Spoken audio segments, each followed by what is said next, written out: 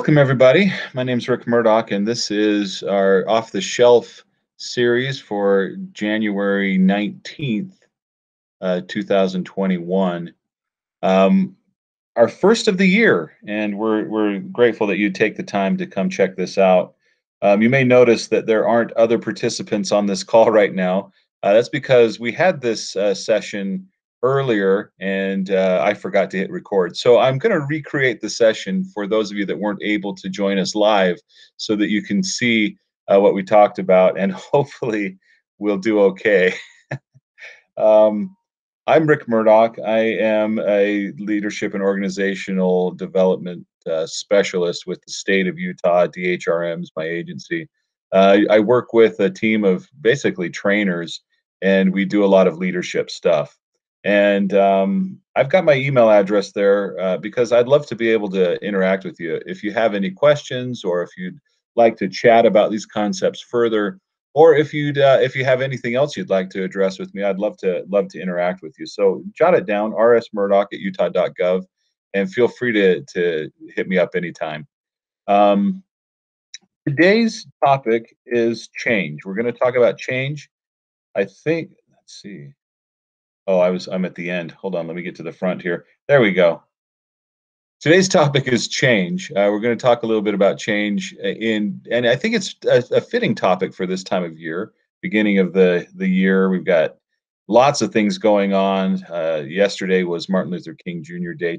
Tomorrow's the inauguration, and changes are upon us. And the fact is, change is the only permanent thing in this world, and we're dealing with it all the time. This isn't news to you. This is one of those yeah, duh things that one of the Greeks came up with. And in fact, it's a product of living in time, isn't it? It's a product in living where the past is defined and we know what the present is, but we have no idea what the future is. When the future is not defined and we're careening towards it, change is constant. And the fact is, we're really kind of always moving toward, including the universe. Everything is moving toward, sometimes slowly, sometimes at a breakneck speed. Uh, that final state of entropy, where everything is spread out and broken down. Our natural inclination, because we're part of nature, is to gradually decline into disorder. And that's what change is. That's the challenge of change, isn't it? We've talked about change before in an off-the-shelf offering by J.J. Acker, end of summer, I think. You may remember it. It's navigating the human side of change, and J.J. addressed some things like basically transitions and how people deal with them. It's an excellent presentation. I highly recommend you go to our YouTube channel and check it out, as I think it complements what we're going to talk about today pretty well. I'll have an address for you, that you a direct link to that presentation later on, that I'll show you. And these slides will go out to participants in today's session. Those that signed up for it anyway will get a copy of these slides, and you can go check them out there.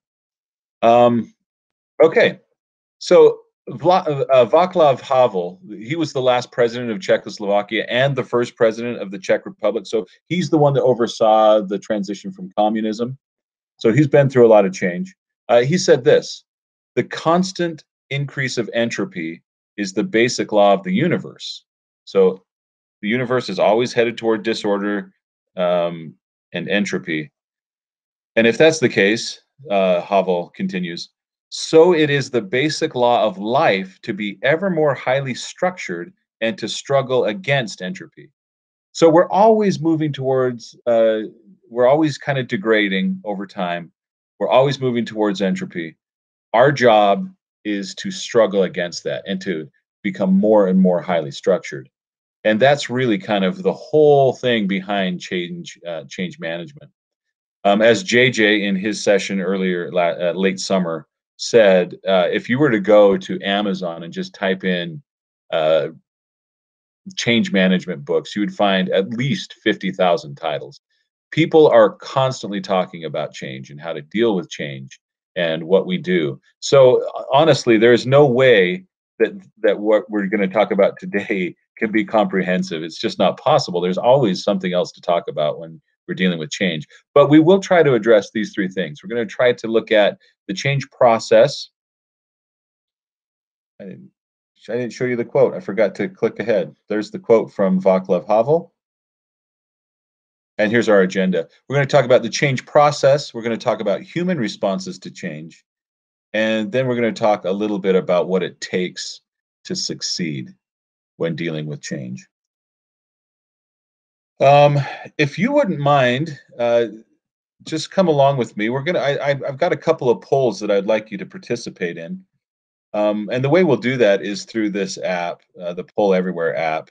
Easiest thing to do is just uh, text the word Richard Murdo 411 to the number 22333 as it shows right here.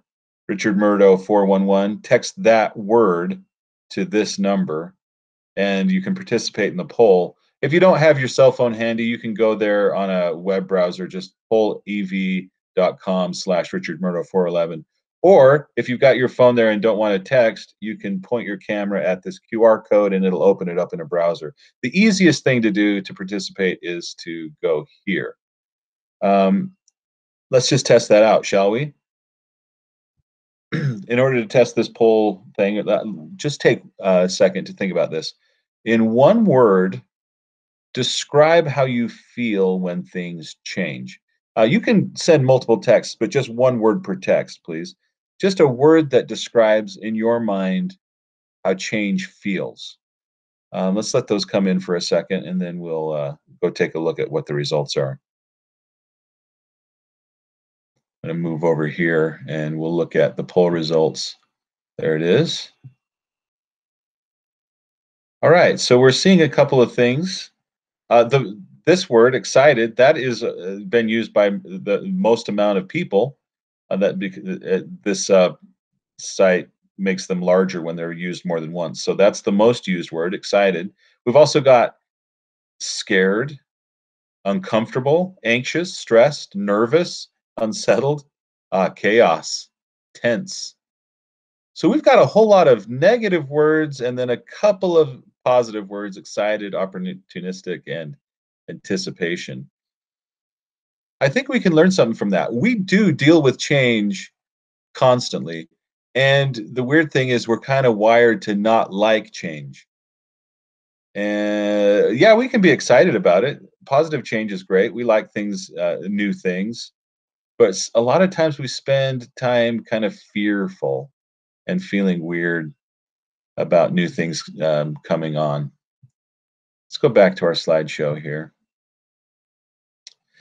All right, so just thinking about change, let me show you. There's all kinds of change models out there. Here's one. This is called Lewin's three-step change model. And let's just imagine that we've got, as the x-axis, we've got time. We're just moving through time.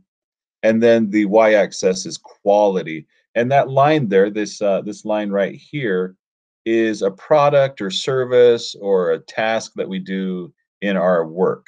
This is some sort of product, service, or task. And this is the quality of that product, service, or task over time as it moves along the timeline. Now, notice that it's just like everything heading towards entropy, reducing itself in quality as it goes, because things tend to wear out, things tend to go out of style or become obsolete. And we're about right. Let's say we're right here on the timeline. And we notice that we're headed this way. And we also notice that maybe if we keep going the same way, there'll be some sort of failure and the product itself will just drop off and we won't have anything. Once we've noticed that, we start the change process, right? And we look for some new solution. Let's imagine that we're able to think of a solution that will allow us to increase quality and increase longevity. And so we come up with this new idea, this new thing. Now, we've got a little bit of a gap here, don't we? We have to get somehow we have to get from here to here so that we can continue to enjoy quality within our work. And we'll call that the original thing, the status quo. We'll call that the new normal. And then we'll call this little gap, this bridge gap, we'll call it the implementation, change implementation, right? And you could also call it transition. The session that JJ did on change talks quite a bit about the transition period here and how to help people through that. I would highly recommend that to you. I'll show you a direct link to it in just a moment. But this isn't it. I mean, we don't, when we're changing, it's not just focusing on this implementation. There are a couple other things that we have to think about. The first one is we have to think about how we're going to stop people from just continuing this process. And we'll call that the thaw. We'll thaw out the rigid parts of the status quo. And then once we've got the change made, we have to figure out a way to reinstitute that rigidness. So we have to refreeze this as the new normal.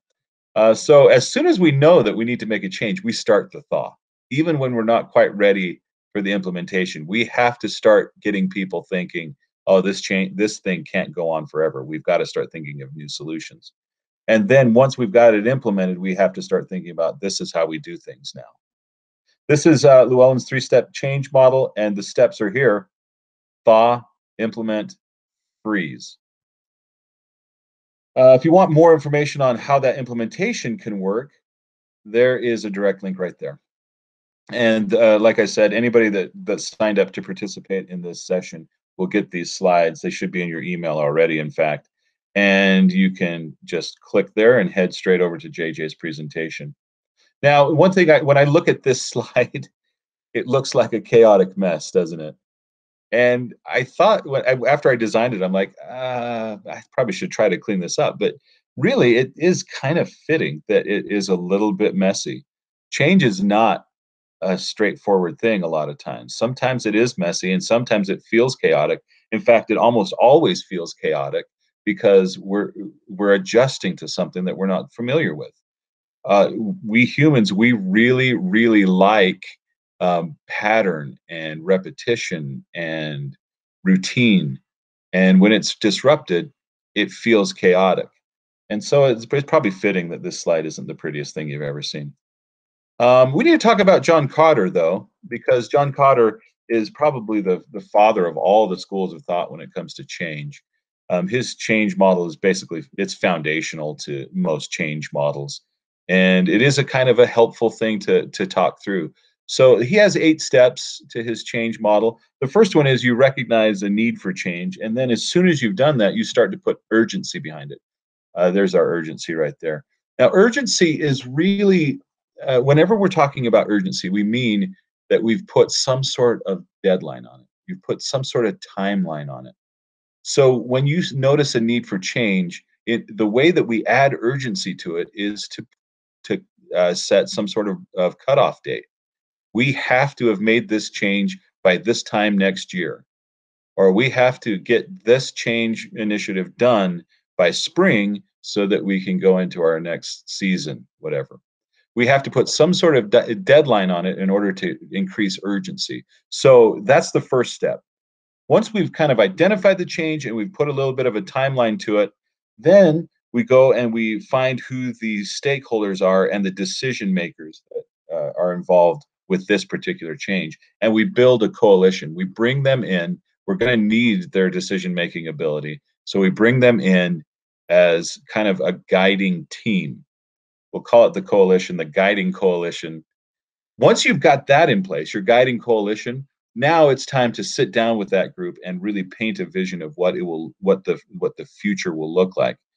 We'll call it vision, but it really is laying out exactly what we'll have when we're done. When we're done with this change, this is what things will look like, and we're going to paint it in the most beautiful colors we can, because we want to entice people to jump on with us to make this change. And it's great once you've got your vision set, you can go out and start to kind of proselytize and bring in the people who are on the ground, those that are actually going to be doing the work here. You have to enlist a team that can actually do the change work. Now, it may include some of the people in your coalition, but this is folks that are going to embrace the change and actually do the change and actually be affected by the change. You enlist them to help you bring forth the change. Part of that includes empowering them to actually make changes. So often we're asked to make changes that we're not able to actually do because there are roadblocks in the way. The coalition needs to help with this, but we have to give them the power that they need in order to actually do what we're asking them to do. And then once we've given kind of cleared the way, so there's a clear path towards the change, um, at that point we set incremental goals and really achievable goals that we can continue to celebrate. Now, the reason we do that is because there's chemicals in our brain that are released with certain things. When we have a small victory, we get a little bit of dopamine, and dopamine, for some reason, helps tamp down the other chemicals that would make us quit. There are chemicals that come up when we're stressed or we're feeling weird or we're feeling like, oh man, it's too much, that just make us quit doing things and stop us from achieving change. If we can put a little bit of a goal so that we can have victories along the pathway and celebrate those victories in some fashion. We'll get that dopamine hit that will just suppress the rest of the hormones that would make us quit, and we'll keep going. Wins along the way are really important to achieving our goals. And so we have to build that into the change process, just a little bit of a celebration as often as we can. And once we've done that, then we sustain the change. We implement the change and we make sure that it has longevity.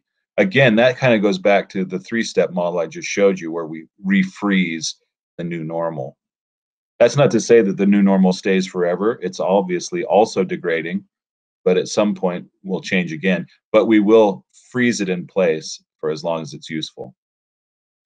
And then obviously all of this is to implement change. That's Cotter's model, and I think it's a helpful model. It really is because it puts it in the right order.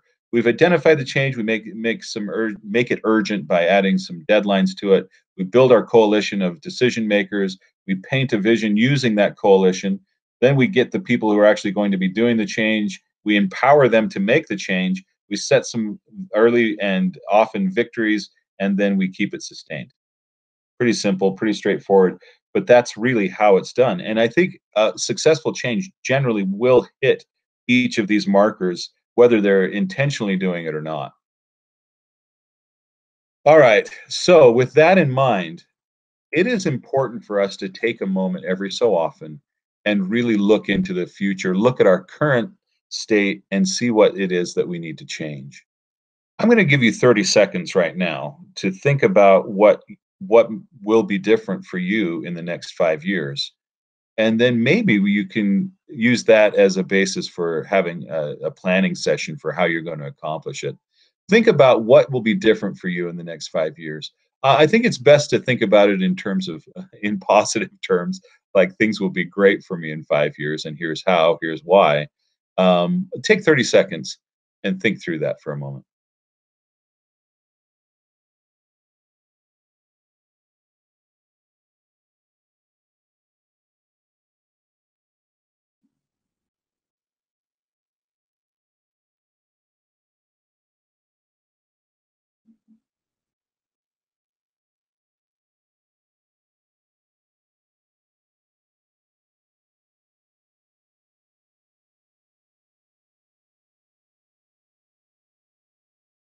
Okay, it hasn't quite been 30 seconds, but it's dead air is kind of scary on one of these. So we're going to move on. Hopefully, you were able to think of some things that might be different for you and use that as a basis for how you're going to plan to get there. I think it's really helpful every once in a while to take a step back and really think about what you want. We're a lot of times we careen through life just reacting to things as they come, but it is a nice thing to plan. And although our plans sometimes don't work out, it's nice to have those plans in place anyway. So let me encourage you when we're done with this particular session, find some time and really think about the next 5 years for yourself. Where do you want to be? What do you want to do? And how are you going to implement change to make that happen?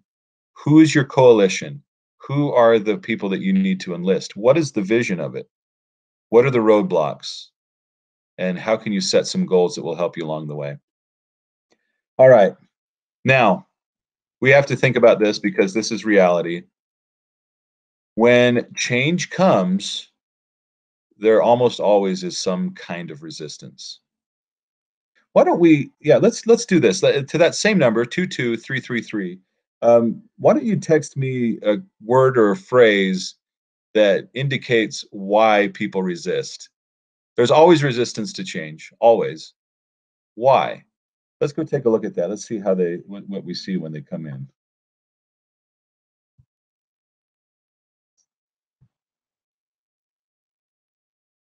All right. Okay, we got scary, unknown. Oh, we're sensing a theme here. A fear of the unknown. Yep, that's part of it, isn't it? We tend to fear the things that we aren't sure about, that we haven't done before. We're out of our comfort zone. Fear again. We are comfortable with the current status. We like to be comfortable.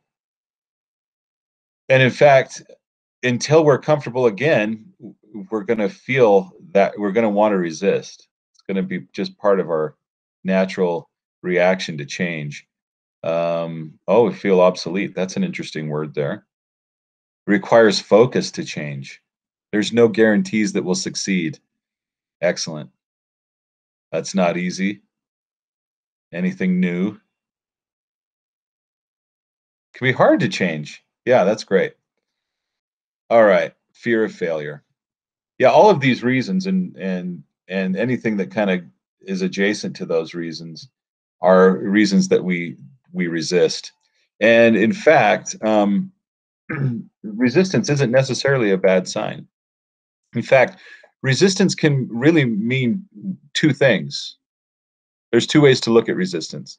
First, people resist because they're human and they like patterns, they like routine. And when those patterns and routine are thrown off, it's uncomfortable and we tend to resist discomfort until we're comfortable again. So once we're comfortable again with the new change, with that whatever it is, resistance should go down a bit. Um, at one of my early jobs out of school, there was a really big um, change that was made with some of the working folks, and the change was handed to them from the coalition, basically, but they weren't enlisted beforehand, and so the resistance kept on much longer than it ever should have. We have to make sure that we're enlisting folks so they can get comfortable as quickly as possible. Now, that's not to say that we don't want people pointing out flaws in our logic when we're making changes. We want that. And in fact, like I said, resistance actually is a good sign. Resistance is a good sign because, uh, first of all, it shows that people have actually heard that the change is happening and believe that it will happen. Resistant employees are, by definition, aware of the coming changes. This means they receive the message, know how it affects them, and they believe that it actually is going to happen. The worst thing that could happen when you put out a change, well, maybe not the worst thing, but a bad thing that can happen when you put out a change initiative is that people are silent about it. They don't say anything.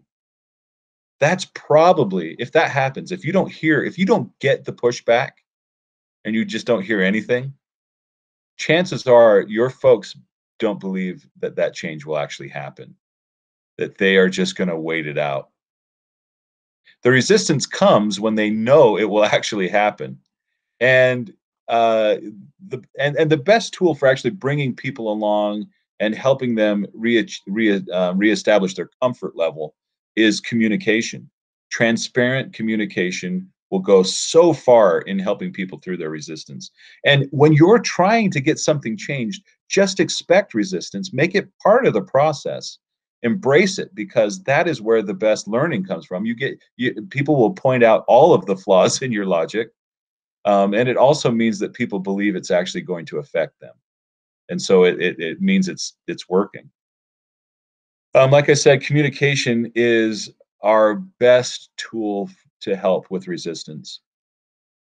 There's a book by Zanger and Folkman called The Extraordinary Leader. Zanger and Folkman were they went to BYU, graduated from the Marriott School, and they went out into the consulting world for 20 years or so, and they did 360-degree reviews. And if you're not familiar with 360-degree reviews, that is where you send a survey. The same survey goes to your boss, to your peer group, to the people that report to you, maybe to your friends and family, so that you can get a really nice round view of what people think. You can get a nice view of yourself because people are looking at you from lots of different angles and telling how they see you. And one of the things they asked about is whether or not folks saw you, the person that was getting the 360-degree review, whether or not they saw them as extraordinary leaders.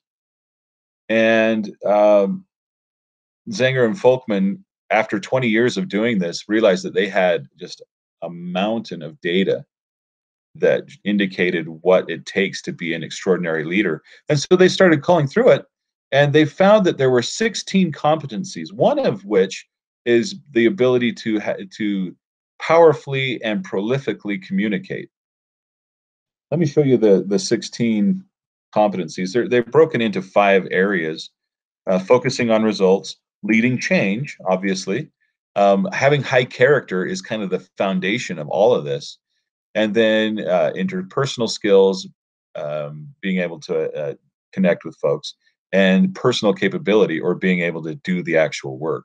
Those are the 5 areas. There are 16 competencies within it. And one of those competencies, like I mentioned, is communicates powerfully and prolifically. We'll come back to that in just a second. It's an important concept. They also found that if you take a couple of these competencies when put together, are kind of exponential in how they affect the leader. If you've got, you don't have to have all 16 to be thought of as an extraordinary leader. You need to have a couple, a handful. But if you have a couple of them, they tend to magnify each other. For example, driving for results and inspiring others to, oh, sorry, builds relationships. Driving for results and builds relationships work together in a way that really it changes. So, driving for results, your chances of being thought of as an extraordinary leader is about 14%. Builds relationships, it's about 12%. You put them together, it's not like combining the two to 26%. It's actually 72% that if you can do both of these things, you'll be thought of as an extraordinary leader. So there are some relationships within these competencies that really kind of increase your abilities. And communicates powerfully and prolifically actually works with 7 other competencies in that way, uh, kind of making them, enhancing those. And it makes sense. Being able to communicate well is a hugely important part of leading. Let's talk about what we mean by powerfully and prolifically. Let's start with prolifically. When I see that word, the first thing I think of is just like endless emails, right? Millions of emails. Prolific communicator is someone who sends you too many emails, right? Well, that's not necessarily what we're talking about here. Prolifically really just means that the lines of communication are open, they're constantly open. So the leader is sharing as much as they can, as often as they can, and they're receiving information as often as they can as well. So prolific communication means that you've opened the lines of communication and you're using them often, regularly. Doesn't necessarily mean you're sending a million emails. It might mean that, but it probably means a lot more than that. Uh, Communicating powerfully. What we mean by this is that your message is getting through. People are understanding what it is you're trying to say and they're connecting with it. Powerful communication is the opposite of those the emails you get, the tons of emails you get that you just don't read. That is not powerful communication. Um, Powerful communication is well-designed messages that actually hit with the audience. So, if we want to initiate change, we have to learn how to communicate powerfully and prolifically. Let's talk about what that might mean. Now, I'm going to use an analogy here. I've used it before. If you've seen some of my other sessions, you may have seen this one before, but repetition sometimes helps with retention, so I don't mind using it again. These are vectors. We'll call them vectors. That's what they are. arrows that point in a direction. So vectors basically show two things: direction and magnitude. Direction is the way they're pointing, and then the magnitude is how long the line is behind them. So this vector has more magnitude than this one. You can combine vectors by doing this. There's your new vector. If they're going different directions, you can combine them by doing this. There's your new vector. So let's just imagine that we are a leader of vectors. We're a vector that is leading other vectors, and our job is to set goals and targets. So we've set this target here for our team. Here's our team right here. And our job is to set direction and maximize magnitude. That's what we want to do for this team, is set our direction, maximize magnitude. Now, each of these various vectors is heading the direction they think that they're supposed to go in order to hit this goal. If we were to take this team and just combine it all together, we would get this. And compare that to the target that we set earlier. Pretty close, right? We're heading generally in the right direction. The line's pretty long, the magnitude's pretty good. We set direction and we're maximizing magnitude. Okay, that's not bad.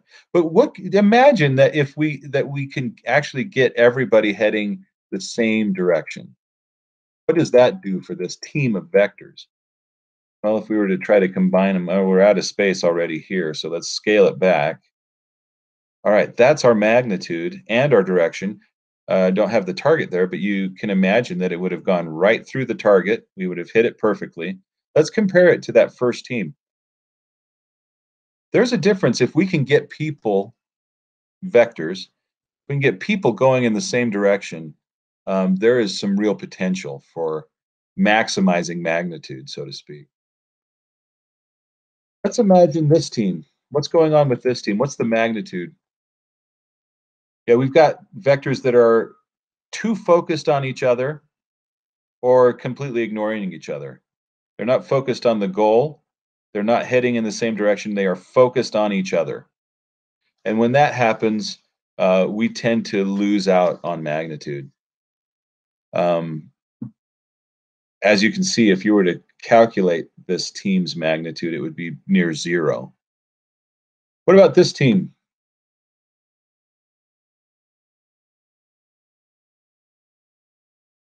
Now, there's a problem here, isn't there? If you were to calculate this magnitude, you've got a negative magnitude. It's heading completely the wrong direction.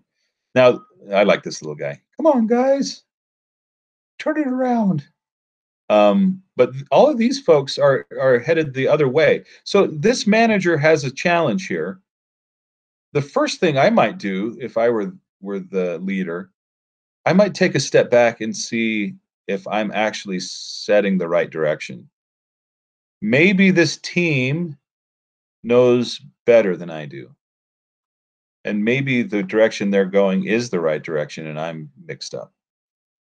Or maybe this team is just so resistant to change that it's going to take some real work getting them turned around. If I were doing it, I would probably go to each individual and paint the vision. Paint the vision, show them where that target is, each individual. And I would definitely open the channels of communication and make sure that the communication is coming to me as easily as it's going between these folks. This is a challenge. This would be a challenge. But it's doable. It is doable with the right communication skills and with the right vision. All right, so our job here, our goal is to build a team with clear direction. And we do that through communicating. We do that through going through those processes that we talked about earlier, the 3 steps and then Cotter's model. And now I need somebody. We're gonna look at some models here that might help us understand a little bit more about communicating with people when we're trying to implement change. I need somebody to read this, and because I'm recording this after the fact, I don't have anyone, so it's going to have to be me. But take a look at it as you watch and see if you can read along. In fact, try to read a little bit of it right now before I even start. At first glance, it looks overwhelming, but just try. Okay, so you're seeing what we're doing here. Let me read it. I couldn't believe that I could actually understand what I was reading, the phenomenal power of the human mind. According to research at Cambridge University, it doesn't matter in what order the letters in a word are. The only important thing is that the first and last letter be in the right place. The rest can be a total mess, and you can still read it without a problem. This is because the human mind does not read every letter by itself, but the word as a whole. Okay, show of hands, how many of you could read that right along with me?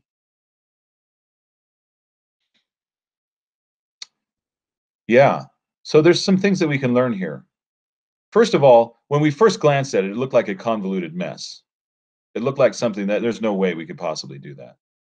But something about it lent itself to us being able to figure it out quickly and almost automatically.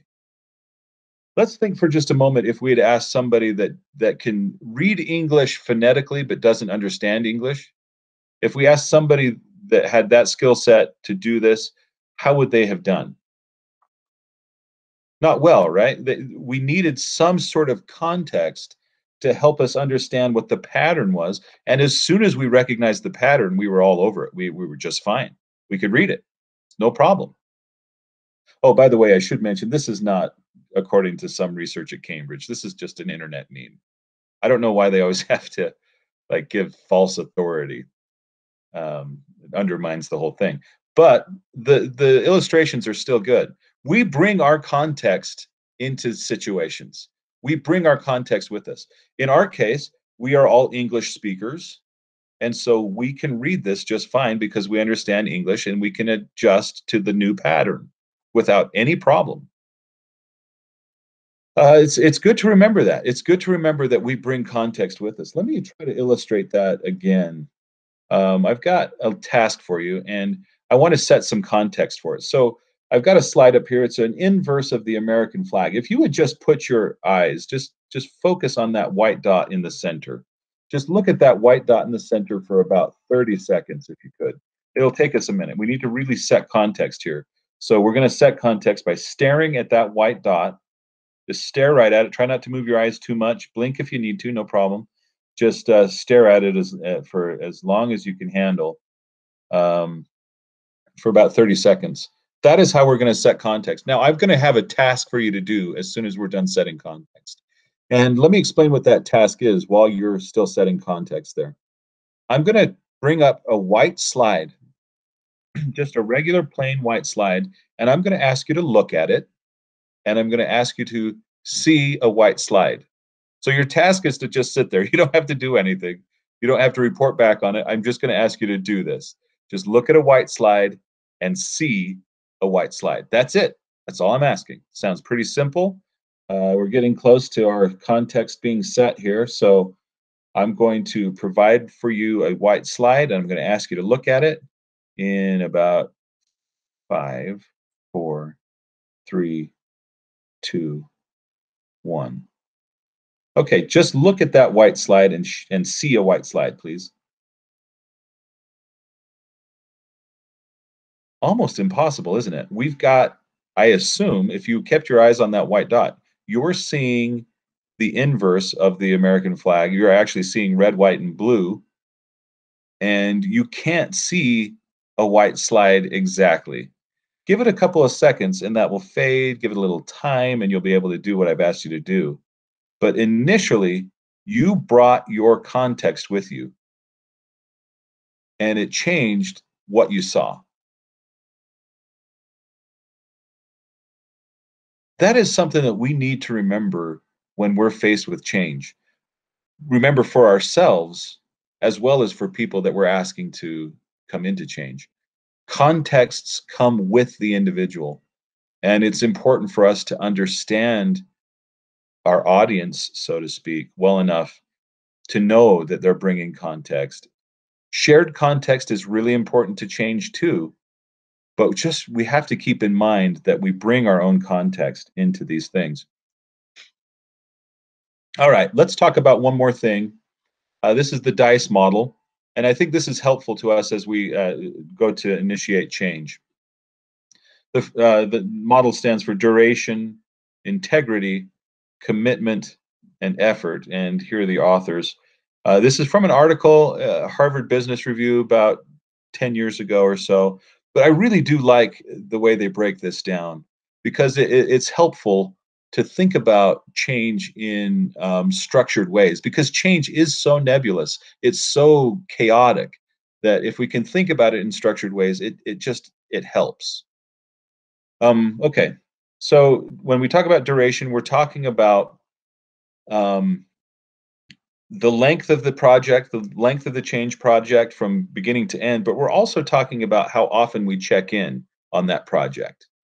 And it's kind of common knowledge that shorter change initiatives tend to work better than longer change initiatives. But studies have kind of shown that that's not necessarily the case. What is the case is that if we check in regularly and often, our chances for a successful change are better than if we don't. This is a timeline. Both of these are timelines. Let's imagine that this timeline shows a check-in every 2 weeks or so, about twice a month. So twice a month, we're going to check in on this project. And then this is another project where we check in every other month. So 8 weeks in between. Now, if you were to imagine these as fences, you would immediately say that this fence is more stable because there's just more fence posts. You can see that there's not a lot of room for the barbed wire to break and fall down or to stretch or whatever. But in this case, because there is so much space between, you can imagine this timeline degrading to the point where it'd be hard to get it back on track. If we degrade a little bit here, we can always get it right back, right back, right back. So the idea here is that every 2 weeks or so, we check in on our change initiatives.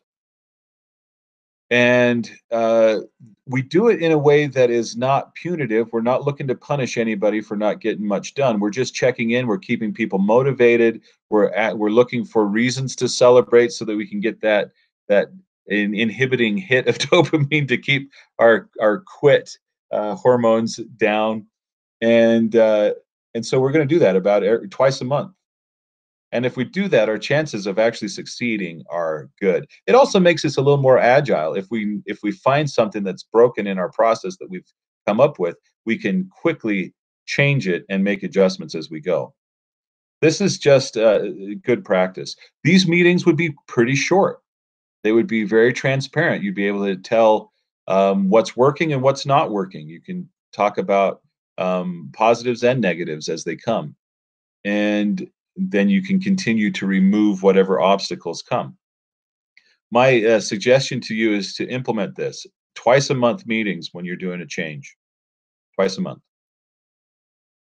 The next thing on the DICE model is integrity. And what we mean by this is that we've got the right people in the right places.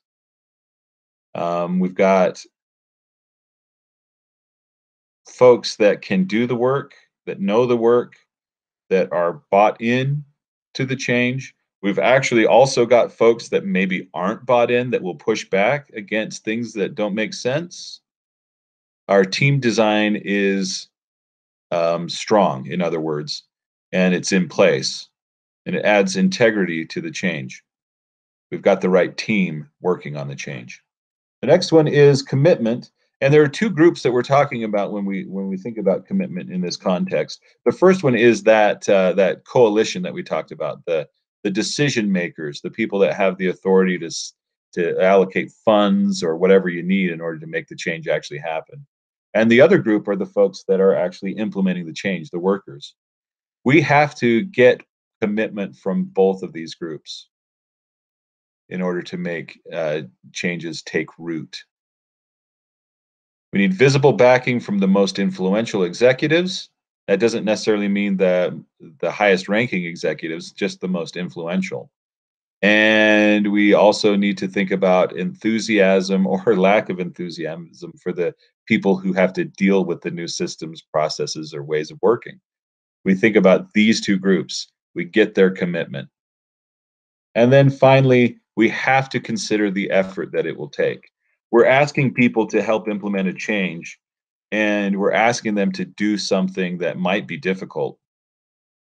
And sometimes we ask them to do it outside of their on top of their existing duties. If somebody's working 60 hours a week already on their day-to-day work, then adding a change effort to it is probably destined to fail. We have to be able to take some things off of their plate. We have to make sure that there's space that they can exert the amount of effort that they need in order to make it happen. And like I said at the beginning, change is constant.